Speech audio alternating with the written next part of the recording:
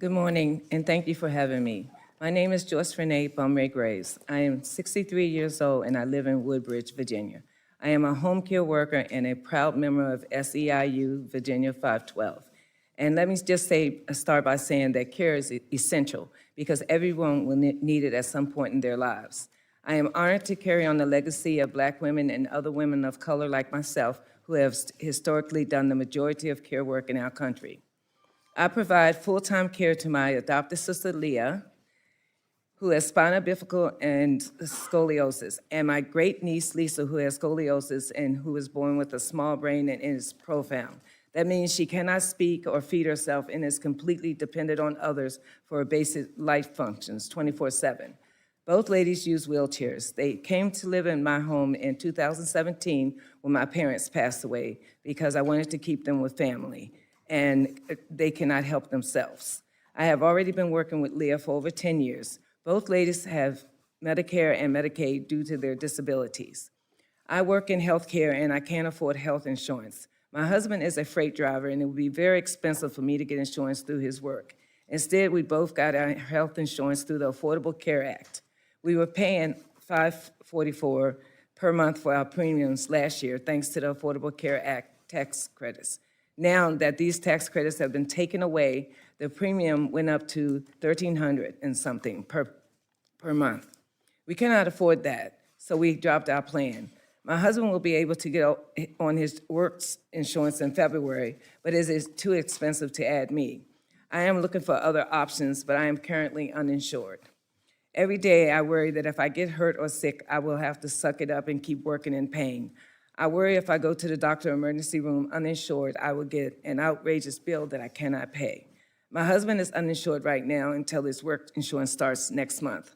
However, he recently broke his arm, and without insurance, we had to pay $300 to get his cast off, and $300 for them to put a plastic thing on his arm. We paid the $300 because they would not see us if we didn't pay it at the front desk, but the other $300 we did not know we were going to have to acquire, and we didn't have $600 to spend at that time. And so we just paid something on it. But I was wondering what would have happened if we didn't have the $300 to get the cast off. Would we just walk out of the office with the cast still on because they couldn't afford, we couldn't afford to have it taken off? Would we have tried to get someone else to try to take it off?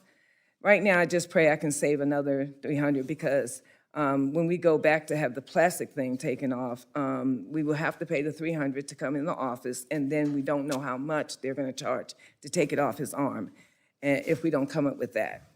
I don't know what I'm going to do. Everything is so expensive right now. And even the dollar store isn't $1 anymore. It's $1.50 and more. My husband is on short-term disability because he cannot drive a truck with a broken arm. I still have 2 years before I turn 65 and can qualify for Medicare. I have several medical conditions that I have to take care of every month. And I have developed COPD because of blood clots I got from pulmonary embolisms. I never smoked. The blood clots have scarred my lungs and I have to be on a blood thinner the rest of my life. I cannot afford be off my Pradaxa for more than 3 days. These prescriptions are very expensive out of pocket, and even with GoodRx.